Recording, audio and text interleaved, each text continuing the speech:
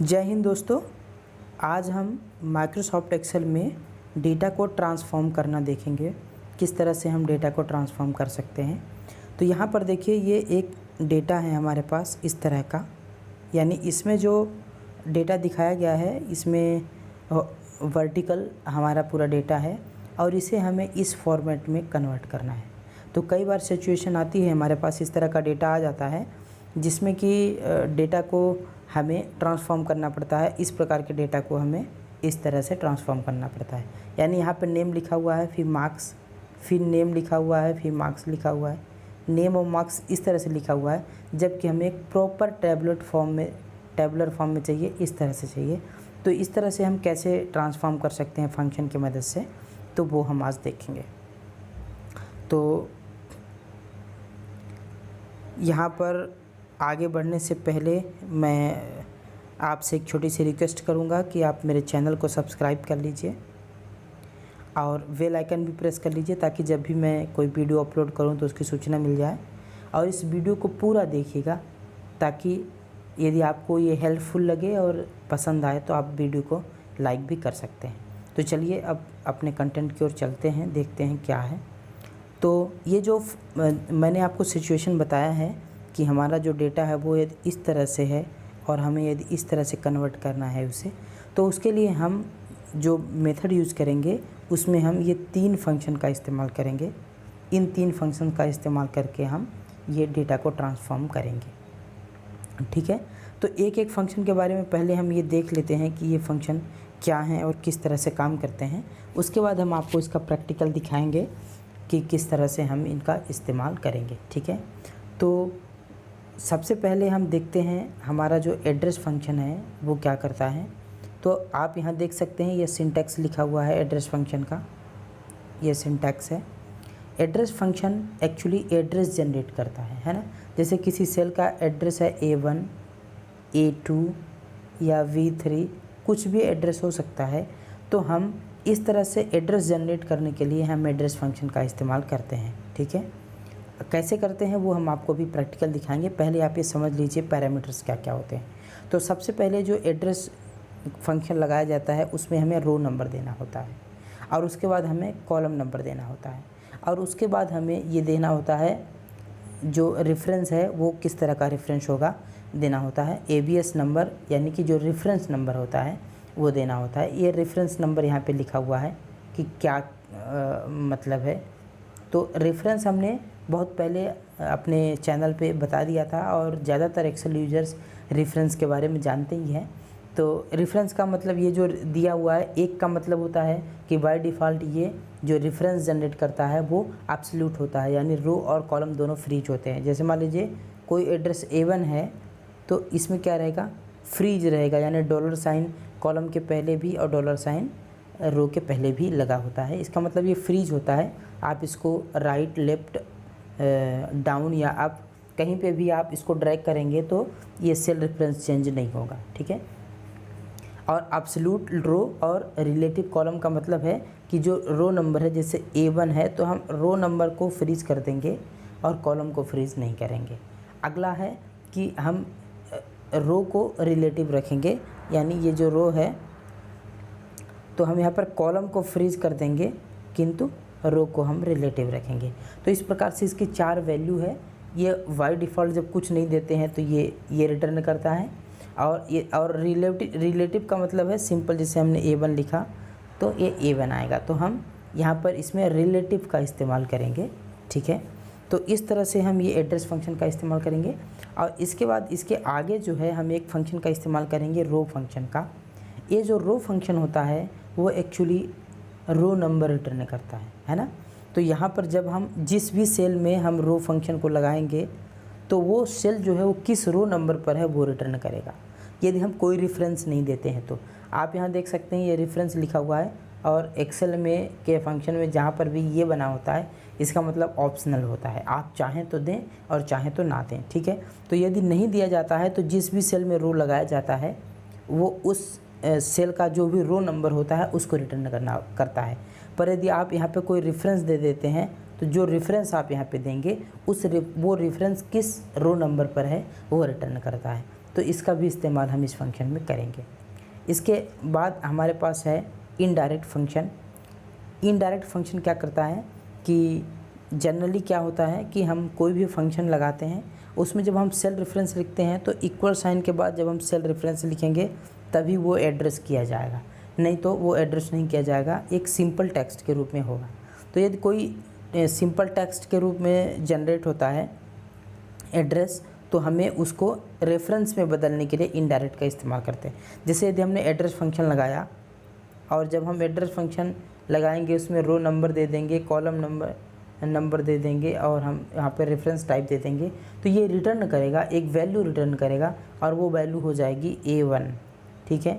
लेकिन हमें A1 को केवल सेल में नहीं दिखाना है, बल्कि A1 को हमें एक रेफरेंस के रूप में कन्वर्ट करना है। तो हम इस A1 को हम यहाँ पर लिख देंगे इनडायरेक्ट फंक्शन में, तो ये हमारा जो है रेफरेंस करने लगेगा A1 को, ठीक है। तो इस तरह से हम ये इनडायरेक्ट फंक्शन का भी इस्तेमाल कर सकते हैं, ठीक है। तो अब चलिए हम माइक्रोसॉफ्ट एक्सेल पे चलते हैं। मैं यहाँ पर एक्सेल का एंड्रॉयड वर्जन यूज़ कर रहा हूँ। आप जो भी मैं प्रोसेस बताऊँगा आप डेस्कटॉप वर्जन पे भी वही सेम स्टेप्स आप फॉलो कर सकते हैं, ठीक है। तो चलिए मैं एक्सेल की ओर चलता हूँ और फिर वहाँ पे अपन इसकी सारी चीज़ों का प्रैक्टिकल देखते हैं। तो देखें मैंने यहाँ पर एक्सेल को ओपन कर लिया है और ये वही डेटा है जो मैंने आपको अभी स्क्रीन पे दिखाया था। अब इस डेटा को हमें इस तरह का जो फॉर्मेट है उसमें कन्वर्ट करना है। हमारा ये डेटा है और हमें इसे इस तरह से कन्वर्ट करना है, ठीक है। तो देखिए एक बहुत ही सामान्य तरीका है। पहले मैं वो आपको करके दिखाता हूँ, उसके बाद जो मैंने आपको फंक्शन बताए हैं उस तरह से करके दिखाऊंगा। तो सबसे पहले हमें क्या करना है कि शुरू के जो 2 रिकॉर्ड हैं उनके एड्रेस को मैनुअल एंटर करना है, ठीक है। कोई एक कैरेक्टर लेकर के, एक्स्ट्रा कैरेक्टर लेकर के। तो मैं यहाँ पे ले रहा हूँ हैज़ का, बाद में मैं इस हैज़ को रिप्लेस करूँगा, इसलिए आप यहाँ पे कोई भी ऐसा कैरेक्टर ले सकते हैं जिसको हम बाद में रिप्लेस कर सकें। तो मैंने लिखा, अभी आप देख सकते हैं ये जो रमेश लिखा हुआ है उसका सेल एड्रेस है B6, ठीक है।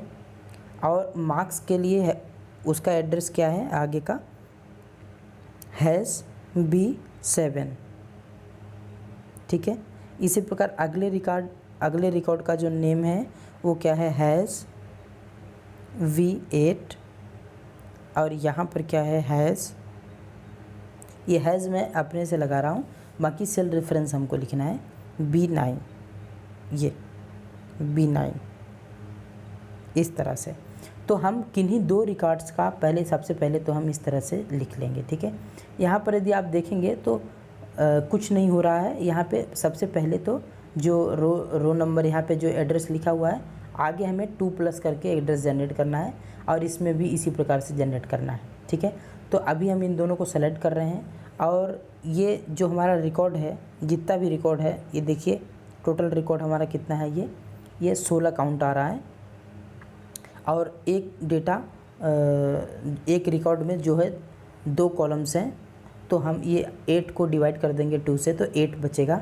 तो हम यहाँ से इसको सेलेक्ट करेंगे और हम इसको ड्रैग करेंगे, फिल करेंगे। यहाँ पर फिल करने के लिए मैं इस पर क्लिक कर रहा हूँ। आप जो है एक्सेल में डायरेक्टली आप कोने पे जाके फिल कर सकते हैं। तो इसको हम 8 रो तक करेंगे, 2 रो तो यहीं पे है, 3 4 5 6 7 8, इस तरह से आप नीचे तक भी खींच ले 2-4 रो, तो कोई दिक्कत नहीं है। हमने यहाँ तक ये ओपन कर लिया है। आप देखेंगे कि सब में 2-2 का अंतर आता जा रहा है, यानी अगले रिकॉर्ड को रेफ़र करता जाएंगे। इसके बाद हमें क्या करना है, रिप्लेस करना है। तो हम क्या करेंगे, आप जब डेस्कटॉप वर्जन यूज़ कर रहे होंगे तो Ctrl+H या Ctrl+F में प्रेस करके और आप बगल की जो बटन बनी रहती है रिप्लेस, वहाँ पे जा सकते हैं, या डायरेक्टली आप Ctrl+H प्रेस करके भी फाइंड एंड रिप्लेस ला सकते हैं। मैं यहाँ पर क्या कर रहा हूँ, मैं यहाँ पे फाइंड में जा रहा हूँ और हमें फाइंड क्या करना है, तो यहाँ पे मैं ये सेटिंग पे जाता हूँ, तो फाइंड एंड रिप्लेस सेलेक्ट कर लेंगे। तो यहाँ पे हमें फाइंड क्या करना है, तो हैज़ फाइंड करना है और रिप्लेस किससे करना है, तो इक्वल साइन से रिप्लेस करना है, ठीक है। आप देखेंगे कि जैसे मैं ये रिप्लेस ऑल पर क्लिक करूँगा वैसे ही हमारा जो डेटा है वो पूरा का पूरा ट्रांसफॉर्म हो जाएगा। यहाँ पर आप देखें रमेश के आगे 20, ललित के आगे 30 और करण 40, रमन 32, चंदन 46, राम 42, श्याम 43 और घनश्याम इस तरह से ये डेटा हमारा यहाँ पर आ गया है, ठीक है। तो यदि आप हमारे पास इस तरह का डेटा है जिसमें आगे पीछे चेंजेस नहीं हो रहा है, यानी आगे और रिकॉर्ड जुड़ने वाला नहीं है, फिक्स है, तो हम इस मेथड का इस्तेमाल कर सकते हैं। लेकिन यदि मान लीजिए यहाँ पर कोई डेटा जुड़ता है आगे, ठीक है, जैसे मैं यहाँ पे मैंने कन्या लिख दिया और यहाँ पर मैं 30 लिख देता हूँ, तो यहाँ पे तो अभी ये ट्रांसफॉर्म हो गया। और भी मैं कुछ भी लिख देता हूँ यहाँ पे, तो ये भी ट्रांसफॉर्म हो गया। लेकिन जैसे ही जहाँ तक मैंने ड्रैग किया था उसके बाद यदि हम कोई चीज़ लिखेंगे और यहाँ पर चाहेंगे कि हम इसको सेलेक्ट करके ड्रैग कर दें नीचे, तो ये रिज़ल्ट इसका गड़बड़ आएगा, ठीक है, ये रिज़ल्ट इसका गड़बड़ आएगा। इसको मैंने सेलेक्ट किया, फिल किया और हम नीचे इसको ड्रैग, सॉरी ये अच्छे से फिल नहीं हो रहा है, हमने इसको सेलेक्ट किया और हम क्या करेंगे, फिल करेंगे। तो यहाँ पे नीचे जब हम फिल करेंगे ना, तो वो डेटा हमारा ठीक तरीके से नहीं आ रहा है।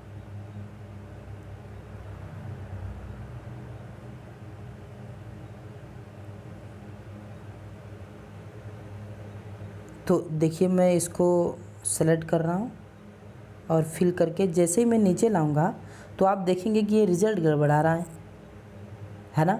तो हम इसको नीचे ड्रैग नहीं कर सकते हैं। जिस तरह से हमने इस तरह से सेल को नीचे हम ड्रैग करेंगे, जब हम कोई नया रिकॉर्ड इस पे जोड़ते जाएंगे तो वो प्रॉपर नहीं आएगा। फिर से हमें यहाँ पर कम से कम 2 सेल्स का एड्रेस लिख करके और नीचे ड्रैग करना पड़ेगा, ठीक है। तो इसके सॉल्यूशन के लिए ही हमने आपको जो फंक्शन बताया है उसका इस्तेमाल करके हमें ये करना है। लेकिन आप सामान्य कई बार जब कांस्टेंट डेटा रहता है तो हम कांस्टेंट डेटा को इस तरह से हल कर सकते हैं। लेकिन जब हमें ऐसा लग रहा है कि कहीं से डेटा आ रहा है और वो डेटा बार बार यहाँ पे नीचे जुड़ रहा है, तब हमें यहाँ पर कुछ इस तरह का फंक्शन लगाना होगा ताकि यहाँ पर वैल्यूज़ प्रॉपरली आते जाएँ, ठीक है। तो चलिए जल्दी से हम आपको बता देते हैं अपना जो फंक्शन वाला मेथड है वो कैसे काम करेगा। तो हमें क्या करना है कि सबसे पहले हमें एड्रेस जनरेट करना है, ठीक है। तो हम यहाँ पर क्या लगाएंगे, एड्रेस फंक्शन लगाएंगे, जैसा कि हमने देखा था। तो हम यहाँ पर एड्रेस फंक्शन लगा रहे हैं। इसमें रो नंबर चाहिए, तो हम क्या कर रहे हैं कि रो नंबर हमको देना है, ठीक है। रो नंबर के लिए हम क्या कर सकते हैं, एक तो हमारा रो फिक्स है, 6 से शुरू हो रहा है, तो हम सीधे सीधे 6 लिख सकते हैं। यहाँ पे हम 6 लिखेंगे और बल्कि यहाँ पे 6 लिखने से हम एक कम लिखेंगे। जैसे 5 है ना, तो हम यहाँ पे 6 नंबर पे रमेश शुरू हो रहा है, तो हम यहाँ पर क्या लिखेंगे, 5 लिखेंगे।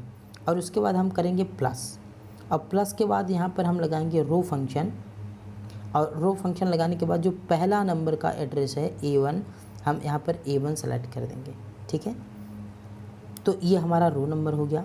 अब हम कॉलम नंबर में चलते हैं, और हमारा जो कॉलम नंबर है वो फिक्स ही है। आप जानते हैं कि कॉलम नंबर हमारा जो है वो 2 नंबर का कॉलम है, बी कॉलम है, ठीक है। तो ये हमारा कॉलम नंबर जो है वो 2 है। इसके बाद ये मैंने आपको बताया था सेल रेफरेंस, तो हमको रिलेटिव सेल रेफरेंस चाहिए, तो हम यहाँ पे 4 लिखेंगे और इस तरह से बाकी चीज़ें हम हटा देंगे। तो यहाँ पर आप ये देखें कि हमारा ये B6 आ गया है, ठीक है। अब आप यहाँ पर देखेंगे कि ये B6 आया है, लेकिन हमें यहाँ पर B6 नहीं चाहिए। B6 के अंदर जो डेटा लिखा हुआ है, जैसे B6 के अंदर रमेश लिखा हुआ है, तो वो चाहिए। तो मैंने आपको इनडायरेक्ट फंक्शन बताया था कि इनडायरेक्ट फंक्शन क्या करता है कि जैसे ये आउटपुट एक सेल एड्रेस आया है, लेकिन ये एज ए सेल एड्रेस काम नहीं कर रहा है, तो हम इसको इनडायरेक्ट फंक्शन के अंदर डाल देंगे, ठीक है। तो ये जो फंक्शन हमने बनाया है, तो हम इसको कहाँ लिख देंगे, इनडायरेक्ट के अंदर लिख देंगे। तो एक और हम फंक्शन इसके पास लिख रहे हैं इनडायरेक्ट का, ये इनडायरेक्ट का है। तो यहाँ पे मैं बाकी चीज़ें हटा देता हूँ यहाँ से, कोष्टक वगैरह, और डायरेक्टली हम इनडायरेक्ट को, एड्रेस फंक्शन को इनडायरेक्ट के अंदर रखेंगे। तो यहाँ पर हम एक कोष्टक लगा देंगे और फिर हम एंटर करेंगे। तो आप ये देख सकते हैं कि यहाँ पर हमें ये मिल गया है, ठीक है। अब सेम चीज़ हमें क्या करना है, सेम चीज़ यहाँ पे भी लागू करना है। तो एक बार मैं दोबारा करके दिखा रहा हूँ ताकि आप और क्लियर हो जाए आपको। तो सबसे पहले मैं इनडायरेक्ट फंक्शन लगा लेता हूँ। आप जानते हैं कि इनडायरेक्ट फंक्शन के अंदर ही हमें एड्रेस फंक्शन लगाना है, तो आसान रहेगा। मैंने इनडायरेक्ट फंक्शन लगाया, इसके बाद मैंने क्या लगाया, एड्रेस फंक्शन लगाया। एड्रेस फंक्शन में जो रो नंबर है, वो रो नंबर हमें जो शुरुआत का जहाँ से डेटा स्टार्ट हो रहा है उससे एक पहले लेना है हमको। तो यहाँ पर देखिए, यहाँ पे मार्क्स में क्या चाहिए, 7 नंबर पर चाहिए। तो हम क्या लिखेंगे, यहाँ पे रो नंबर 6 लिखेंगे और उसमें हम प्लस करेंगे किसको, रो को। रो फंक्शन लगाएंगे और रो में हमें किसका एड्रेस देना है, पहले नंबर का, ए का। उसके बाद हम क्या है, उसके बाद एक कॉलम नंबर क्या है, कॉलम नंबर हमारा फिक्स है, 2 नंबर का कॉलम है हमारा। और इसके बाद हमारा जो सेल रेफरेंस है वो कैसा चाहिए, तो 4 नंबर का सेल रेफरेंस चाहिए। 4 नंबर का सेल रेफरेंस मतलब रिलेटिव सेल रेफरेंस, ये मैं आपको पहले बता चुका हूँ, ठीक है। तो ये यहाँ पर हम क्लिक करेंगे और इसके बाद हम एक और कोष्टक बंद करेंगे, एक कोष्टक, इसके बाद हम एंटर प्रेस करेंगे। तो अब आप देख सकते हैं कि ये हमारा जो है दोनों डेटा आ गया है। बस बहुत ही सिंपल है। अब आप इसको सेलेक्ट करें, आप इसको फिल करें और नीचे तक आप ड्रैग कर लें जहाँ तक आपको डेटा चाहिए।